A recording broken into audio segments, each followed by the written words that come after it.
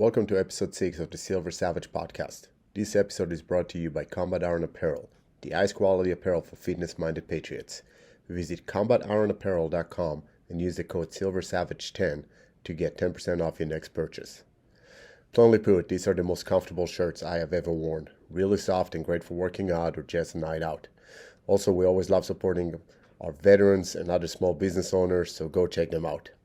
This episode is also brought to you by Masada Tactical, the premier self-defense and self-protection training group.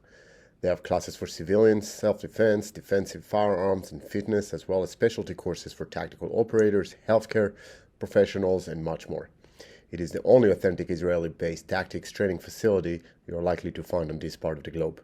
Check out their self-defense, tactical, medical, and other array of classes by visiting training.masadatactical.com and use the code SilverSavage10 for 10% off your next training class. Today on our show, we have Odell DIckerson. I met Odell when he started training in self-defense by us. Since then, Odell became someone I would often refer to when needing business or personal guidance. Odell DIckerson Jr. currently serves as the Chief Operating Officer of the new Psalmist Baptist Church in Baltimore. Odell oversees the operations and staff for over 8,000 members ministry. Additionally, DIckerson is the CEO of OdellExec Enterprises, LLC. He is a leadership consultant and speaker and consults, mentors, and influences on a variety of topics, including faith, family, fitness, fashions, and finance. Here's our chat with Odell. No. How do you see? I'm recording just so you guys know, because I don't care. I'm in love with Odell. I don't get to see him that often. I know.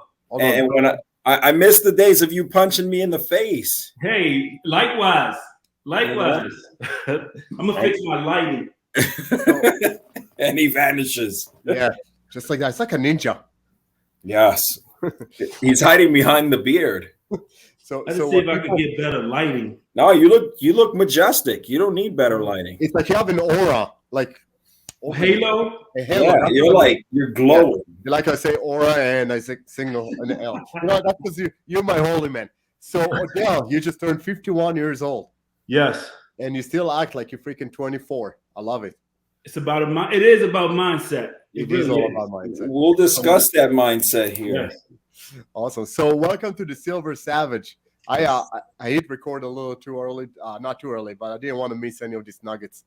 So Odell, typically I would do a quick introduction, but honestly, I think I'll let you introduce yourself, and then Steve and I will fill in the blanks of what you forgot to mention about yourself. Okay. So tell us a little bit. Who is Odell? All right. So I am Odell. This is actually Odell. Odell. Do you pronounce it like that? How do you pronounce it? Odell DIckerson Jr. Check that out. MBA. That's right. I have a master's of business administration. Awesome. We're recording. I was going to say I have a BS as well. You can say whatever you want. Yeah, I have a BS, but that's not bullshit. That's business of science. Hey, listen, I got a PhD. I got a public high school diploma. So I know that's right. Hey guys, so listen, I'm Odell. You know, you can call me Odell. No fancy titles. In the social media world, I'm known as OdellExec. I'm super passionate about my faith. I'm super passionate about my family. I'm super passionate about fitness, faith, and financial empowerment. That's kind of how I run my life through those things. I work for a large ministry in Baltimore, Maryland, the new Psalmist Baptist Church, where I serve as the Chief Operating Officer.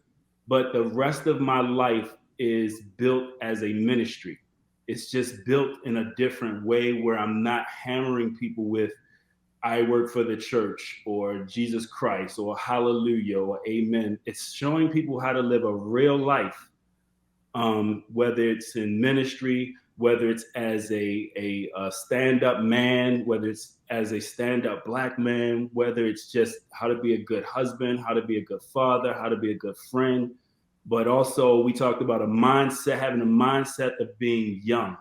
I just turned 51 years old. I feel really, really good.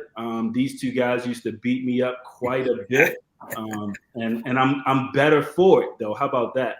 There you go. That period of time we did at Masada, it put me in the best shape of my life, and I haven't forgotten anything. I still use all my techniques when I can and train and show them off sometimes. I love seeing when you post on your social media some of the stuff that you do, and I'm like, oh, I remember him doing that. But Odell, let's take it a step back, because you and I sat once a long time ago and we chatted, and you did not grow up in the ministry. You did not grow up as faithful as you are now, right? There were things that brought you to where you are.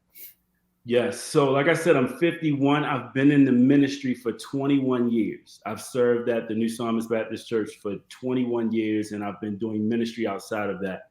Prior to that, I was a member of Nobody's Church. I grew up in East Baltimore, in the tough streets of East Baltimore.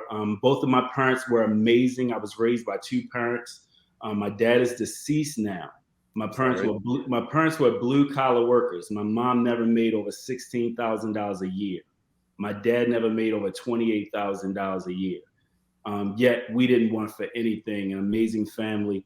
But when I left the house, see, their job was to work and to provide for me. But when I left the house, you know, the neighborhood was filled with drugs. The neighborhood was filled with crime. The neighborhood was filled with violence. You had a couple of ways to survive in the neighborhood. You had to get your respect either through being a tough guy, playing sports, or selling drugs.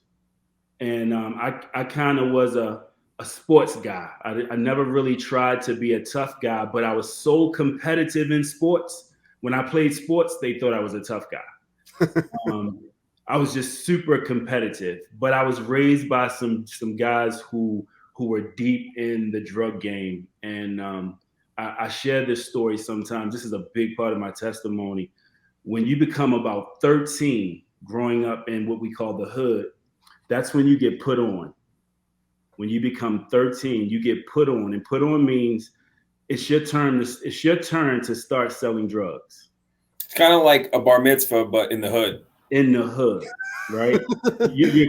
You and I have synonymous upbringing, but continue. Yeah, you come of age. I mean, you get to literally say that you sold drugs, and unfortunately, people when young kids, when they become a certain age, they brag about being able to sell drugs. The people that we looked up to in our neighborhood was not the lawyers or the doctors, because there weren't many lawyers and doctors. Most of our parents were working extremely hard. My dad was an auto mechanic. And I say that to say that I learned my professionalism from him. Even though he was an auto mechanic, he wore his uniform neat. He went to work every day. He was clean, and he provided for his family. But we looked up to the drug dealers. They had the nice cars. They had the nice sweatsuits. They had the nice sneakers. And that's what every kid wanted to be, a drug dealer. And when it was my time to get put on, one of the top guys in the neighborhood said to me, he said, "I like you, and I do not want you to touch drugs." He said, "If you ever need anything, you can come to me." And even though he was a drug dealer, he would not allow me to sell drugs in the neighborhood. And man, I think that was one of the biggest turning points of my life. Man, my life could be on a whole nother trajectory now, because most of my friends dead in jail, strung out on drugs. Very few from the neighborhood made it out. Most of them dropped out of high school and middle school. Most of them dropped out of high school and middle school to sell drugs and to live a life that they thought was fast-paced and about money. And when you look back at the little bit of money you make as a drug dealer, especially a low-level drug dealer, it is just not worth it. So I'm very thankful for that moment in my life, for that period. So my mom took me to church when I was a kid. She forced me. When I turned 13, I wasn't selling drugs, but I've always been a hustler. I got 2 jobs. And one of the reasons I got 2 jobs was so I didn't have to go to church anymore. Did it work? It worked. It worked. But I could also buy my own sweatsuits and clothing. I could buy my own sneakers. I would go to football practice, basketball practice at school after a full day of school, and then jump on the bus and catch the bus to work. So I've always had an amazing work ethic, which I got from my parents. Both of my parents worked really hard. And I'm so thankful to them, for setting an example. Like my dad wasn't a talkative guy. He didn't sit down and say, let me talk to you, son. I just had to watch him. I had to learn by watching. And you bring up a great point, because we always talk about the podcast is obviously called the Silver Savage, and we think of savages in terms of those fighter prowls, right? You talk about being the tough guy. Both Steve and I come from military and law enforcement background, but savagery comes in a lot of different ways, right? And it sounds like your father was a savage, just raising you up the right way. That takes a whole different set of skills that very few people possess these days. Man, fatherhood is underestimated. Oh yeah, fatherhood is underestimated, especially just being a father, but in a tough environment where you're trying to work and show your children the right way, and there's so many wrong examples that look really good, that's shiny, that's bright, and makes you popular in the neighborhood. It was even popular if you went to high school and you were known as a local drug dealer. It was super popular. But again, if you played sports, it gave you a little bit of an advantage. If you were into school and what we used to would call a nerd, you weren't cool. And you found people that were really smart that would purposely dumb themselves down because they didn't want to get picked on a regular basis. They didn't want to get bullied on a regular basis. Steve still does that. He doesn't have to anymore because the nerds run the world. I know, right? The nerds run the world. Google, Tesla, Facebook, the nerds run the world. So you don't have to dumb down anymore. Thank God. There's your chance, Stephen. I know. Time to shine. Odell, how'd you end up in the ministry then? Because for a kid that grew up trying to escape it, certainly didn't make it very far. Right. So in my 20s, growing up in Baltimore, being on the scene, right, driving nice cars and wearing nice clothes and, meeting all the beautiful ladies out there, life just seemed like my playground, man. I thought I was really somebody, and come to find out, life will turn on you. The lifestyle will turn on you. The friends will turn on you. The women will turn on you. And man, you'll find yourself, say in your mid to late 20s, starting to ask yourself, who am I? And what is my real purpose in life? And it's not about a material thing. And it's not about ladies. And it's not even about a lifestyle per se. So life started kicking my butt a little bit. And man, I started asking for questions. So my best friend and I at the time, he started going to church. And he invited me to church. He said, man, I'm going to church. I said, nice for you. That's good for you. Have a good time. You said I got to work because you have 3-4 jobs, so you wouldn't have to go. Yeah. So he kept begging me week after week, man. And finally I went. And when I went, church had changed. So I grew up going to a little church in East Baltimore on the corner of a block. It was really small. It sat about maybe 100 people.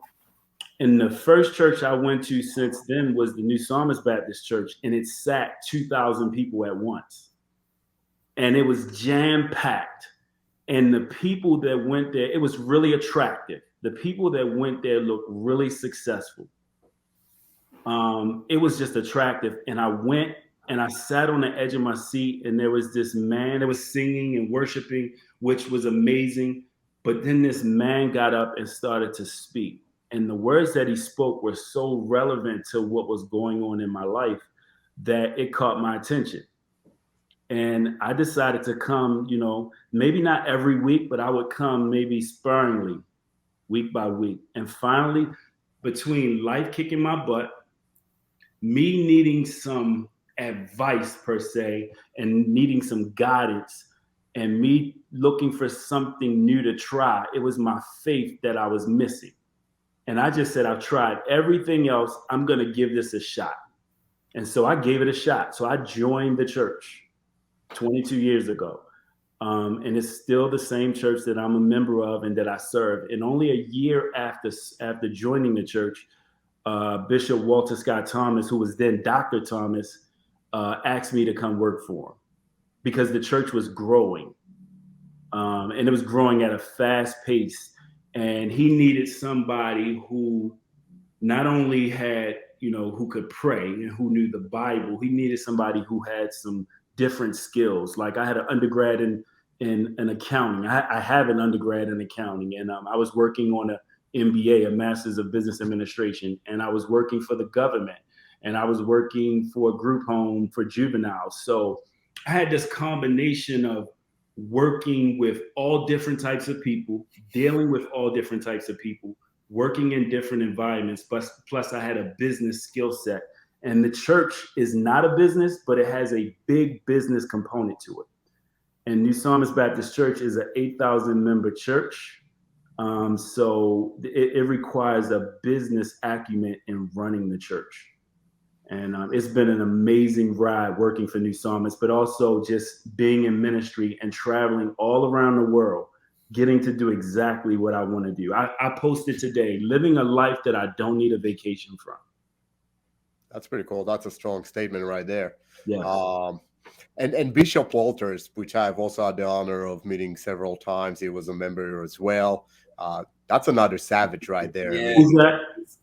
Bishop. Oh yeah, Bishop Thomas. Yes. Yep. Oh, sorry, Thomas. I called Walter. That's okay. We all hung out together, had an amazing time. They saw me. They came to Masada the first time when I took my first belt test. When you tried to kill me.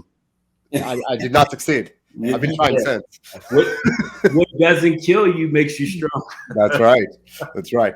So you talk about traveling the world, right? And I know we escorted a group from your church once to Nairobi. You had the opportunity to go more than once. You travel to other places as well. What do you do when you travel?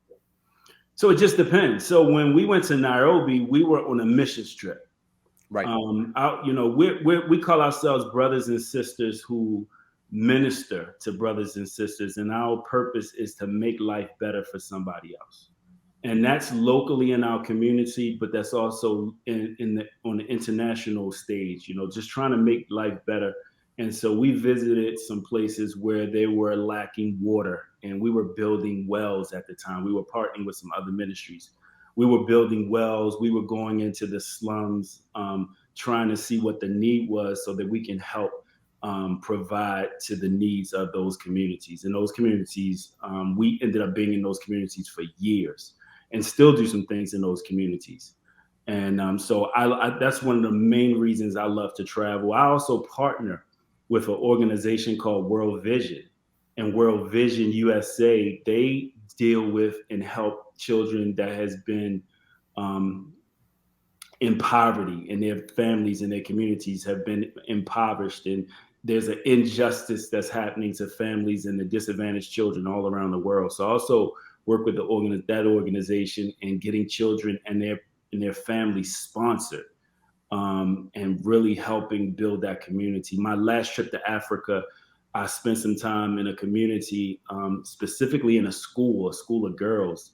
I have some amazing pictures where we were playing soccer and we were just running all over the field, and the girls were taking pictures, and they all wanted to come home. I was FaceTiming my wife, and they were all like, "Can we go home with you? Can we go home with you?" The world is so much bigger than the area that we live in, but there's a great need. And whenever there's a need, whenever there's a problem, there's an opportunity to do ministry. And so just seizing all of those opportunities. So that's the main reason I travel. Did you find COVID and before that, I remember we talked about security concerns, stuff like that. How does that affect your travel? You have to have, as you would say, a heightened awareness everywhere you go. The funny thing is, a lot of the heightened awareness skills that I learned from you guys, were the same instinct skills that I learned growing up in the neighborhood. And you have to survival, right? Survival is survival. But when you go out of the country, especially to places like Nairobi, or Nigeria, or some of these other places, man, the crime is on a whole nother level. They'll kidnap you. And a lot of people don't think it can happen until it happens.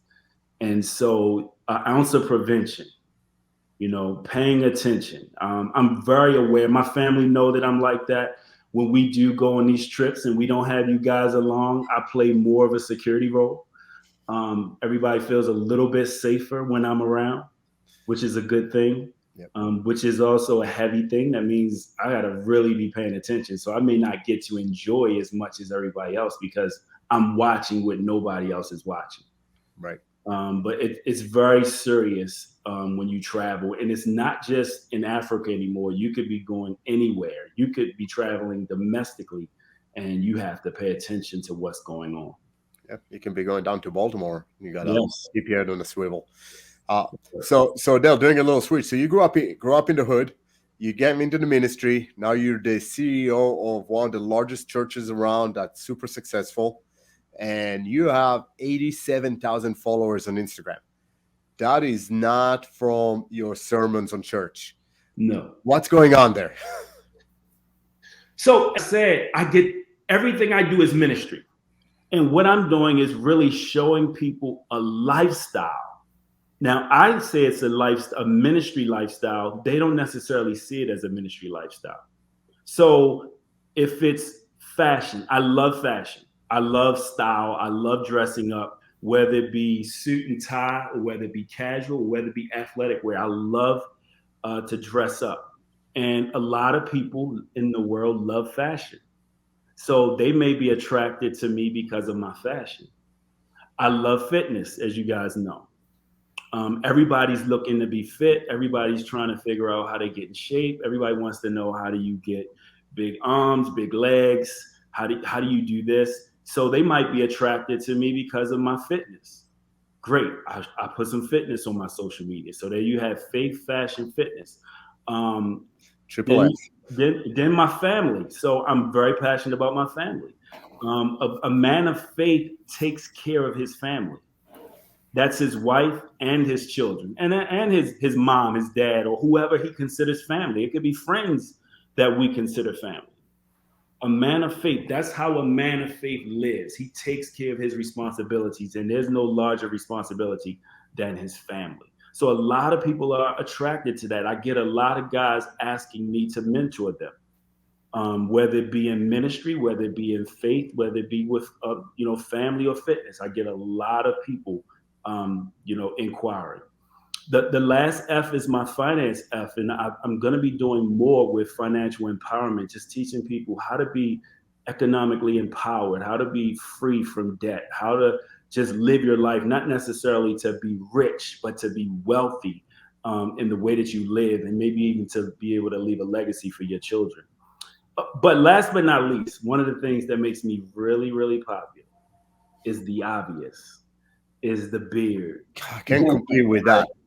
Beard, right? So somehow beards became this thing.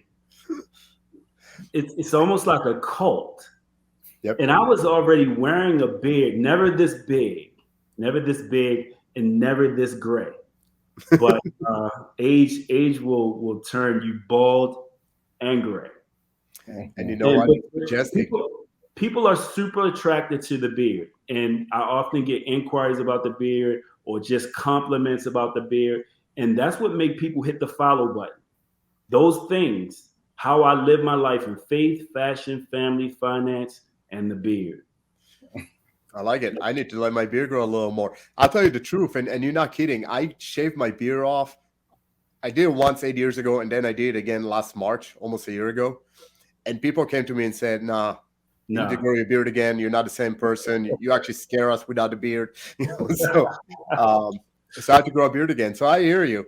So you have all these photos. Do you and a lot of the pictures that you post, because I obviously follow you. You're a close friend. You've been a friend for a while before you became this social media sensation. Yeah. So a lot of the pictures, they are fashion related. And do you have your own fashion line? Are you working on one? I am working on a couple of different fashion lines. I do not currently have one. I am a brand ambassador for a couple of brands. I sometimes companies will pay me. They'll send me some free clothes and pay me to wear their clothing. But I am actually working on my own brand. I'm not sure if it's going to be strictly a casual wear, but I know eventually I'm going to get to the suiting because I love wearing a suit, man. You can change the presence of a room when you walk in a room with a suit and a tie and you're clean and you're sharp. People instantly give you more respect. Hey, I can change the presence of a room by not wearing a suit at all, walking into a room too. You mean naked? Yeah. He's wearing silkies. So Odell, serious question. Of the room. So serious question. Different fashion for white people and black people. So honestly, I don't think so when it comes to suiting, I think we have a lot of the same fashion. Like my fashion influence when it comes to more formal and stylish wear comes from Great Britain. Kind of like a James Bond, but I love that. Right. So my original influences are European when it comes to fashion. But I also skinny pants. Well, you look at history, Western Civ and stuff like that. The original gentlemen's came from that culture as well.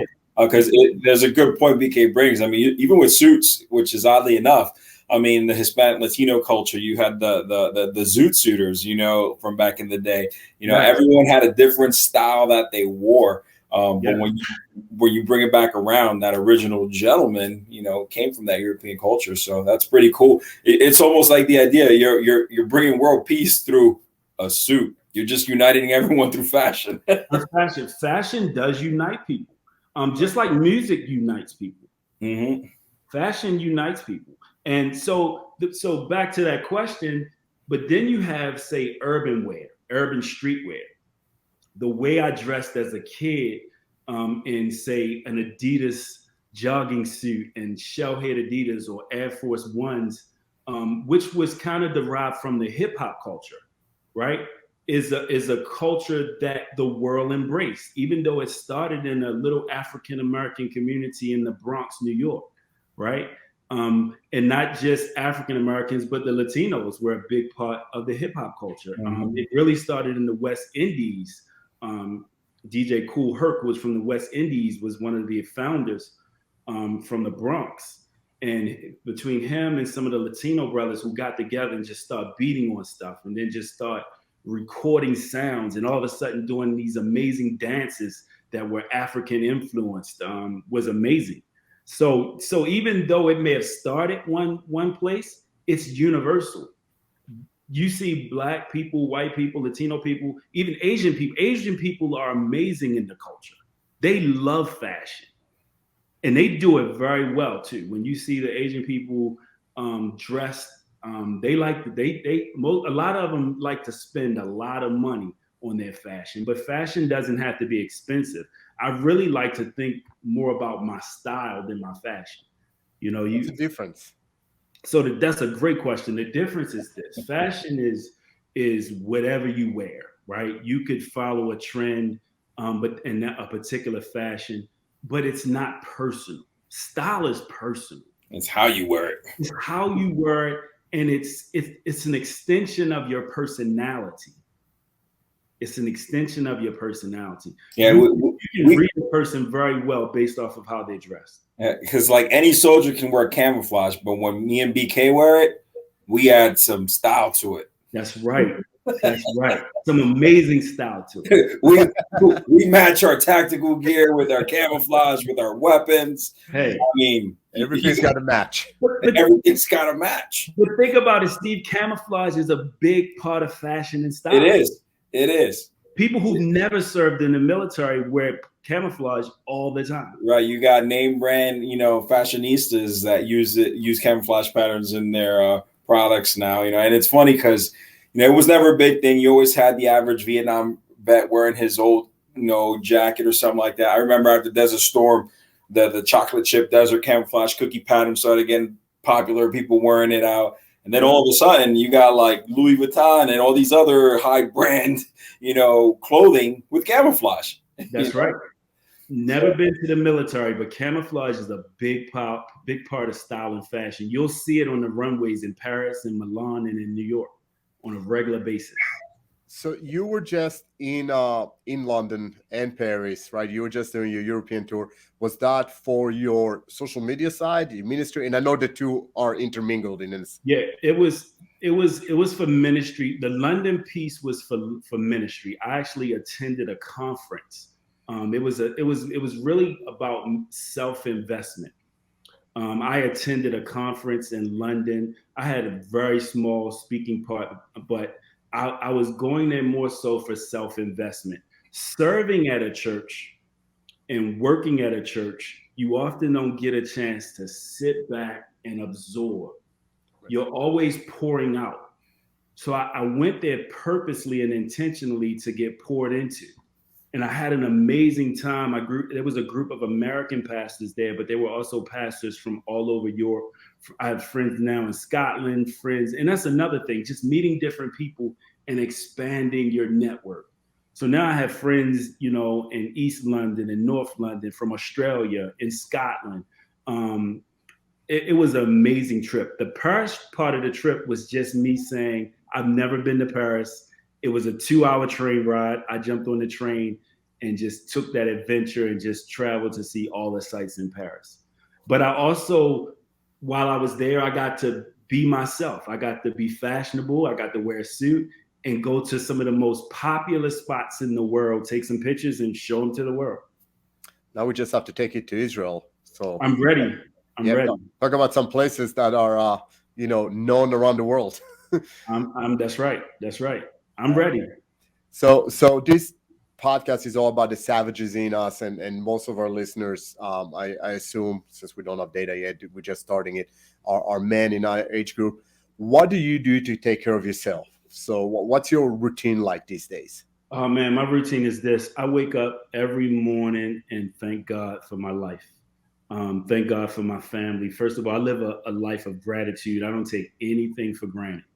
I'm so thankful for everything. And I try my best to keep a good attitude about everything, no matter what. Because life could always be worse. Yes, it could be better, but it could always be worse. So that's number one, my faith and my attitude of gratitude.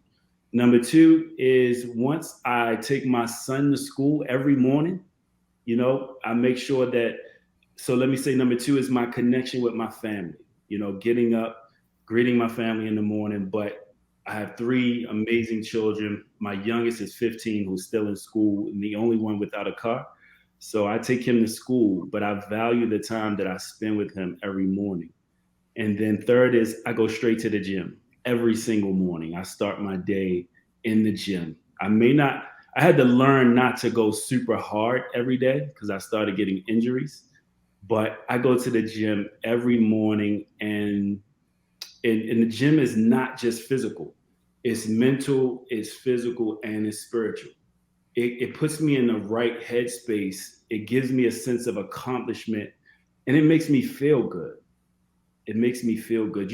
Being physically fit or being trained in combat, it gives you another level of confidence as well. Right. So those are my 3 main pieces. And then I immediately jump into my workday. But a part of my workday is prior to COVID, when I was going to be around people. So I felt good internally because I prayed. I felt good physically because I worked out or I trained. But then I put on the clothes that make me feel good as well. Right? So I'm just building the layers, but you start from the inside. I'm building the layers, but you start from the inside. And by the time, the day is midday, I'm feeling really good. I'm feeling confident. I'm feeling like I can tackle the world and I can accomplish anything.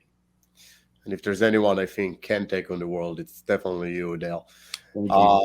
So you've done self-defense by us for a while, right? Yes. You made it up a few belts up, a few levels, right? We don't have belts. Yes. And we're going to get you back in the gym. Yes. I've been telling everybody I'm coming back. Can't wait. Yeah. So, before we let our guests go, Steve has a little trivia that he likes to ask our guests. Considering you don't get a prize if you win, but you also don't get shunned upon if you don't. It is like challenging the guest. But because you were just in Europe, Steve decided he's going to ask you some Europe. Yeah, I'll go easy on you, Odell. I don't want to get punched in the face by you again. All right. So you're just in Europe, you're just in France. So I'll let your mind settle. Yeah, we're breaking up a little bit. Can you hear me now? There you go. That's better. All right. It's too much awesomeness in one space between you. Much. All right. Your first question. All right. What is the world's most visited museum? And it is in Europe. Is it the Louvre? There you go. You got a picture right in front of it. So you must have gotten that one right. Yes. Ding, I was ding. there. Yes. I saw the Instagram page. I was like, I'm going to ask this question. See if he gets it. All right, this one's a little harder. All right, so France is Europe's one of Europe's most largest countries. It is often referred to by another name, and this name is a shape. Do you know what shape that is? France. France, yes. Not Italy. I was going to say the boot, but that's Italy. No, it's a shape. France is referred to as a shape. I'll give you a hint. Starts with an H. Hectagon. Hexagon. That's the nerd in Steve. That's why he did that. Oh yeah, definitely the nerd in Steve. Yeah, there's a nerd in me. All right, another one. So England, you were over across the pond. I have friends that are in the military there. Talk to them often. They like to refer to us as their bastard cousins. So for 300 years, at some point in history, the primary and official language of England wasn't English. What was it? Wow. I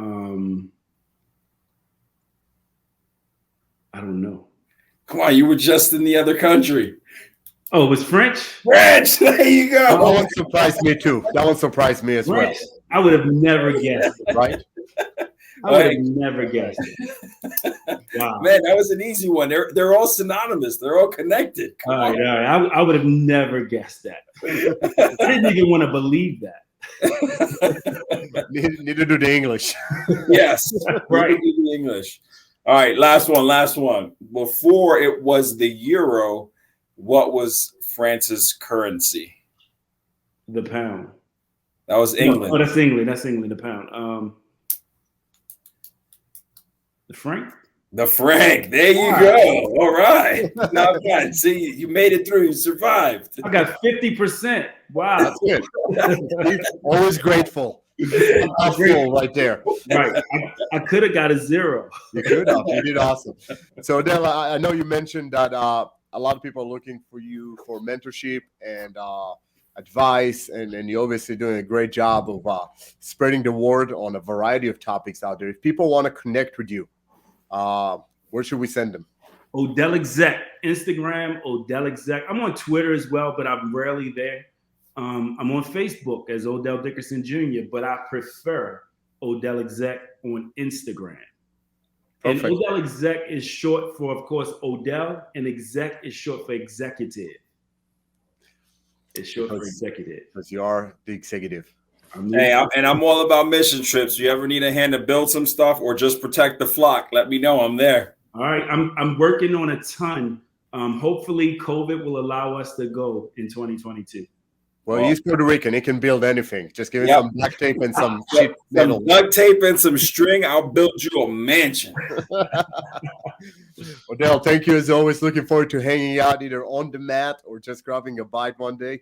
Yes. You stay safe, and thank you for joining us. We ought to get some video on the mat. We should. I love it. Yes. All right. Just tell me what's good for you. We'll make it happen. Let's do it. All right. Great to see you again. Have a great day, buddy. I apprite it. Yes, sir. Bye-bye. Bye.